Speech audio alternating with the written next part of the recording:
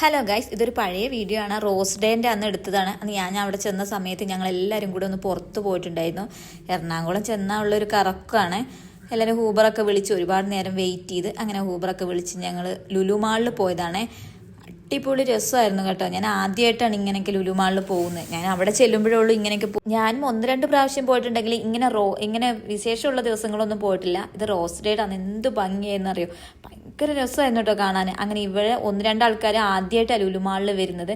അങ്ങനെ അവരുടെ മുഖത്ത് സന്തോഷമൊക്കെ കാണുമ്പോൾ നമുക്ക് ഭയങ്കര സന്തോഷമാവും. അങ്ങനെ ഒരുപാട് ഫോട്ടോയും വീഡിയോസും എല്ലാം എടുത്ത് ഞങ്ങൾ അതിനെ ഒരുപാട് നേരം കറങ്ങി. നല്ല രസമുണ്ടായിരുന്നു കാണാൻ. അങ്ങനെ ഞങ്ങൾ ഇവിടെ ചെന്ന് ഫോട്ടോ എടുക്കട്ടെ ഇപ്പോൾ അവർ പറഞ്ഞാൽ അവിടുന്ന് ഫുഡ് കഴിക്കുകയാണെങ്കിൽ മാത്രമേ ഫോട്ടോ എടുക്കാൻ സമ്മതിക്കുള്ളൂ എന്ന്.